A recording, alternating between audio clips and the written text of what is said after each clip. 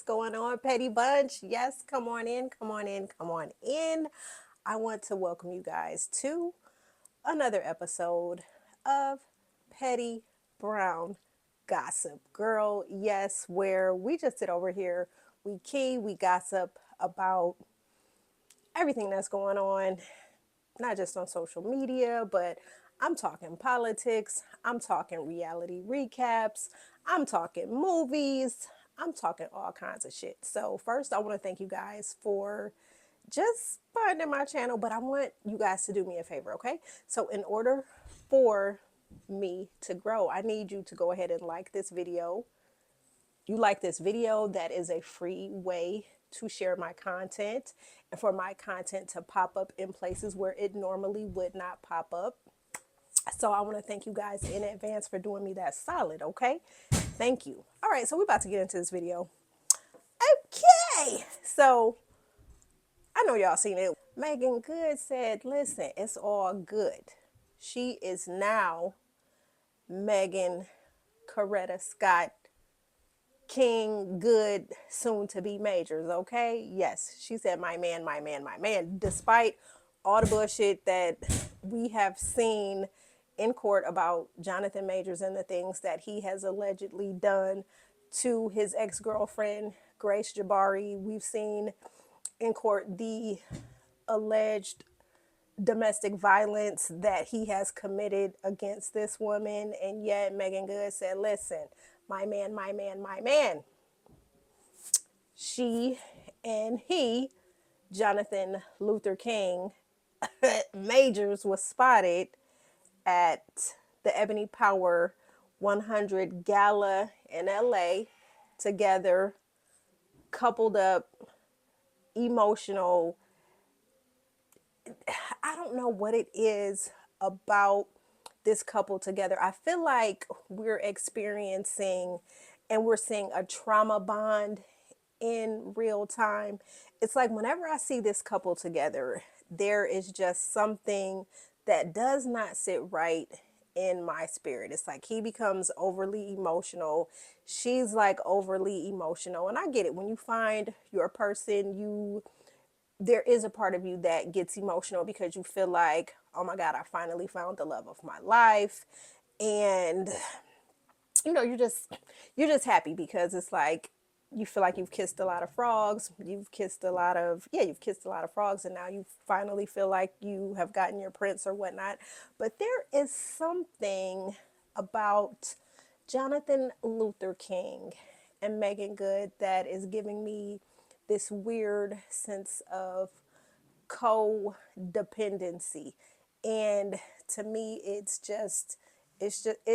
not a good look. And then remember, Megan was on Club Shay Shay, and she even admitted that her homegirls advised her to not get with him on that kind of level. And of course, she her man, she didn't listen because now she's engaged to him. But there is something in this relationship that is giving me codependency, is giving me very much, we have bonded over trauma. And so we're going to delve a little bit into how I feel this relationship has pushed these two into this trauma bond. So we're about to get into it. Now, let's go back and talk about Johnathan Majors and who he is, for those of you who may not know who Johnathan Majors is, okay? So Johnathan Majors he's a hell of an actor, first of all.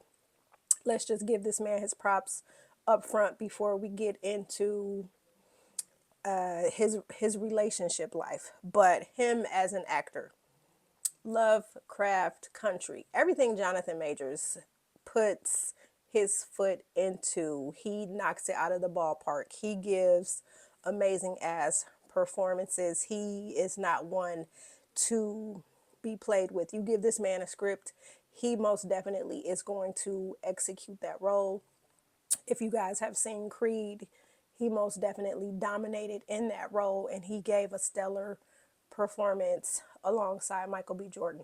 So don't want to take away from that black man as an actor, but his personal life has spilled over into his professional life, costing him the bag, costing him money, costing him notoriety, just costing him just his image. And it's like now nobody wants to touch him.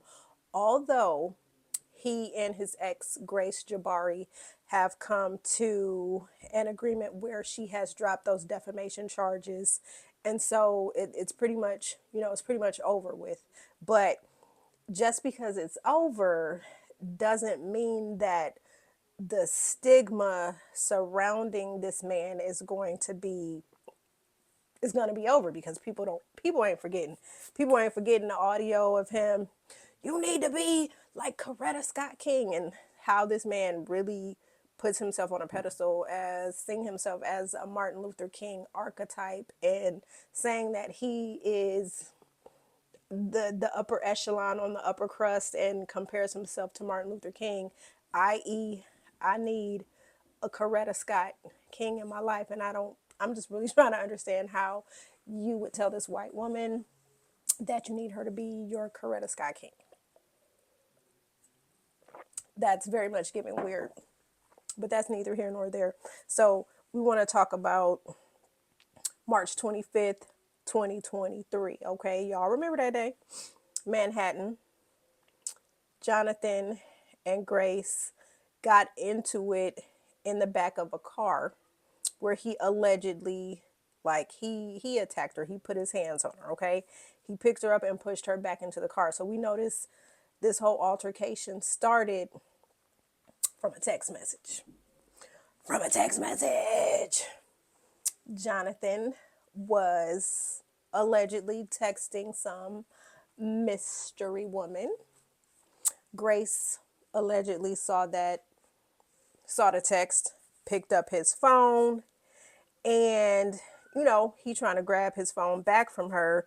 It ended in some bullshit with him, like messing up her finger. He pulled her finger, twisted her arm around her back, hit her upside the head while trying to get his phone back. Okay, and so it just ended up in a clusterfuck type of situation. First of all, Manhattan, black man assaulting a white woman. You done already 3 strikes. You out, bro. You was already out. Already out. You already fucked up the thing right there. So he pushes her back into the car. They going back and forth and back. She chases him down the street. So you can just imagine what that looked like on March 25th. You see this white woman chasing this black man down the street. So you already know that probably looked like some shit anyway.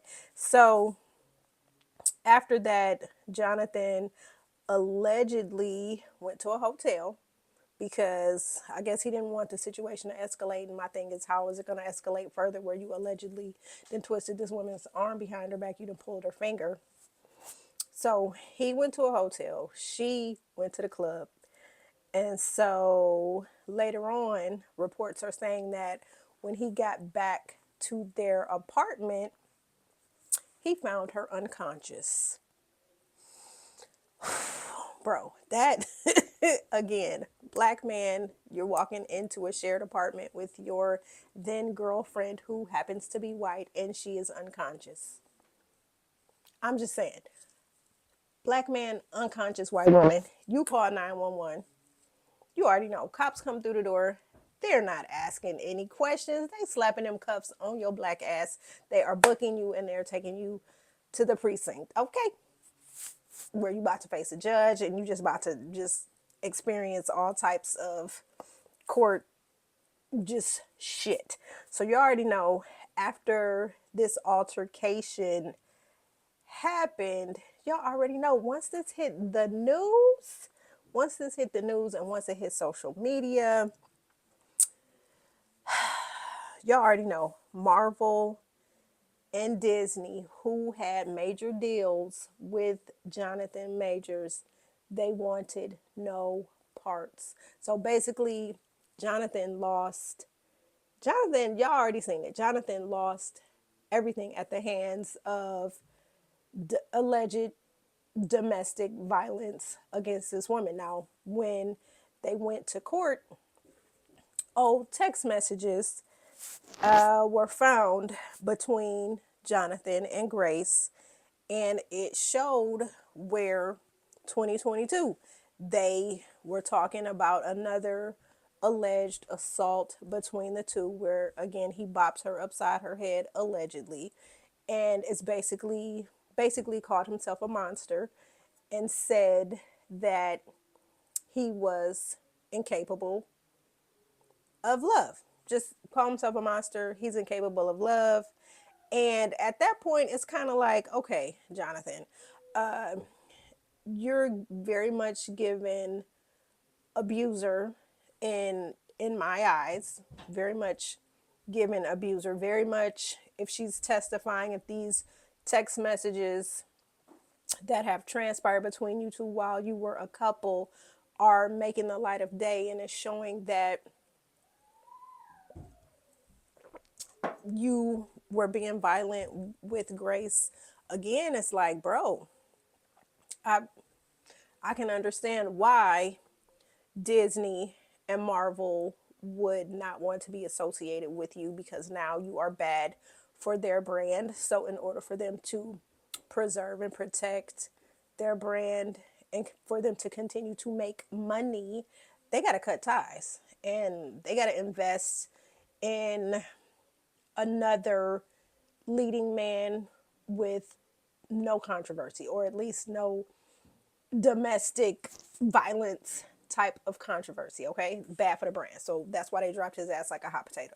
So what I'm thinking is, here you have a black man who is a hell of an actor. Reputation is in the shitter. Who can we find who is a great black actress who could help rebuild his brand and make him look less of a woman beater? Who could we find? A black actress who has been in the game a long time, who has street cred, who is loved by who's loved by a lot of people, who is well known by a lot of people, who is a sex symbol, who is very cutesy, very demure, very soft spoken, very sophisticated, very savvy, very just very soft, giving soft life, who is now very single because she is a divorcee. Meagan Good. So I just feel like, in my opinion, this whole situation and how they got together, I feel like it most definitely was. I feel like maybe they were texting. I feel like that woman that Johnathan was texting, I very much feel like it was possibly Meagan Good. My spidey senses are telling me that it probably was her who he was texting, because isn't it coincidental that, okay, this happens, this whole domestic debacle between Johnathan and Grace happens March 25th, and then Johnathan, they're getting him prepared for court. So it's kind of like, okay, we got to rebrand you. We got to show that you are capable of love, that you are not a monster, that you are very much boyfriend slash fiance slash husband material. So we have to bring somebody in to save you. So we're going to get Meagan to save your ass. So they get Meagan Coretta Scott King Good to come in and fill that void, because it's just kind of like out of the blue, here comes Meagan by his side, and they come in and it's like boom, their hands are interlocked and she is standing by her man as he's facing these charges. And it just, for me, it just seemed kind of weird that like she just started appearing out of the blue and they just happened to be this couple that they were already talking. So that kind of just led me to believe, like, oh yeah, you was probably the one that was texting Johnny Boy. And Grace saw that text and she got upset. And that's what ended their relationship. So I feel like Meagan comes in to save Johnathan. And so they have this relationship. And for me, it's just very much looking like PR stunt. And then to hear Meagan as she goes on her PR tour where she is talking about Johnathan Major, she's talking about their relationship. Of course, she is not going in depth, but she's letting you know that that's her man, they're together. And then when she was interviewed when she appeared on Club Shay Shay, I just found it very odd that she was just very vague about the relationship. And I get it. You know, you don't want everybody in your business, but y'all just pop up out of nowhere. And you're accompanying him to court and you're just trying to show that he is not this monster that Grace has painted him out to be. And then when, Shay Shay is asking these questions and I don't know, Meagan just looked very just delusional and just like, I don't know, it was just weird. And so she admitted that, what did she say about her friends? Her friends was pretty much telling her to stay away from Johnathan Majors. And I feel like as a good girlfriend, you want to be a good girlfriend. You wanna be that Flavor Flav. You want to be that hype man to your friend always. But you also want to keep it a buck at all times. So if you seeing red flags, you need to say, "Hey friend, you know what? I know you feeling a certain way about this man, but I'm trying to let you know that let's look at the bigger picture here. Let's look at these charges that he's facing. Let's look at he done pulled her finger. He twisted her arm behind her back. You heard him where he was pretty much yelling at her, telling her she needs to be like Coretta Scott King. This is very much giving abusive relationship. Yeah. So Meagan was basically saying that her friends had told her that they didn't think that he was a good look for her and that she needed to stay away from him. But of course, sometimes like, yo, people gonna be people and they gonna do them and they gonna do what they gonna do. And that's what Meagan, what she did. And she was also saying that Johnathan was telling her not, basically they, don't waste your time on me. I'm paraphrasing, of course, but don't waste your time on me. I don't think you should try to pursue a relationship with me. So I'm like, this man is telling you, don't even try to pursue a relationship with me because basically I feel like he was trying to tell her, I ain't shit. That message that he sent to Grace, I'm a monster, I'm incapable of love, he was putting it out there. I ain't shit. And she just, I'ma stick beside him, my man, my man, my man. Because look at us today. All the haters thought that we had broken up, but look, he put a ring on it.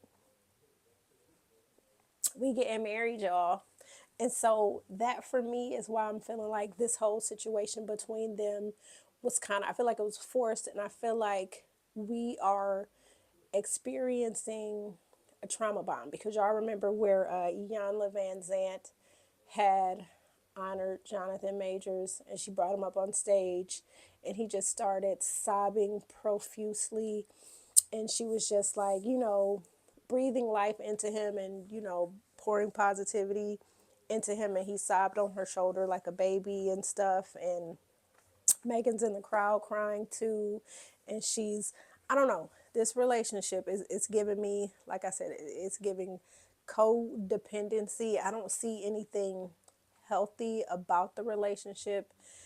And I don't know, I don't see anything healthy about it because I feel like, and in my opinion, that Johnathan needs to, I feel like he needs to seek to seek therapy. I feel like he's got some underlying anger issues, and the shit that he went through with Grace, I don't feel like he has fully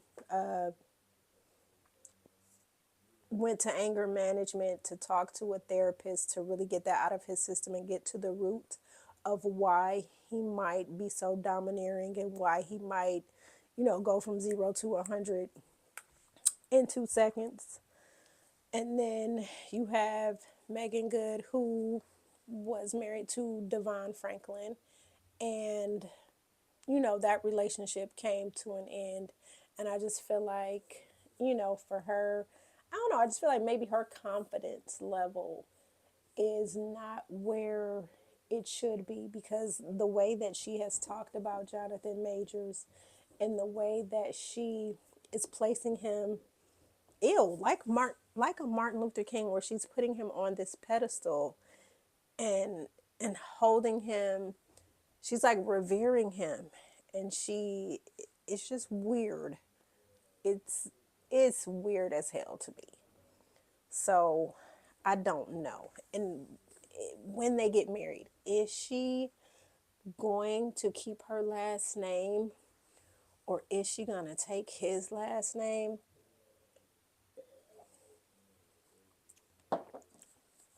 I don't know. Bro was giving all the red flags. Like, y'all seen it.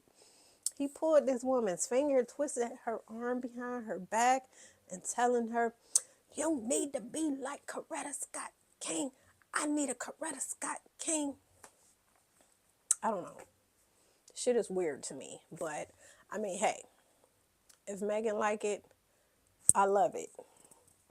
And y'all already know we're going to continue following this story, because I want to see, like, are they really going to make it down the aisle? Will Megan's friends step in like, "Hey girl," will they tap her on the shoulder? "Hey friend, happy for you. Hey friend, but let's talk for a minute. Let's get you from under Jonathan's thumb for 5 minutes. Let's go have a chat." Because I really feel like somebody need to tap that shoulder. Friend, we need to talk. Like, hey, the dick might be good. You know what I'm saying? She might be a little dickmatized. I don't know. But we need to talk. We need to talk this out before you decide to become Mrs. Majors. Just saying. So, I don't know. Y'all comment below. Let me know how y'all feel about it. If y'all feel I'm off base. If y'all feel like, if y'all agree. If you don't agree, that's cool. But just comment below. I want to hear your thoughts. Okay? And make sure you like this video. Make sure you share it. Make sure you subscribe to my channel. And join the Petty Gossiping Tribe. Alright? Until next video, Petty Brown Gossip Girl is out.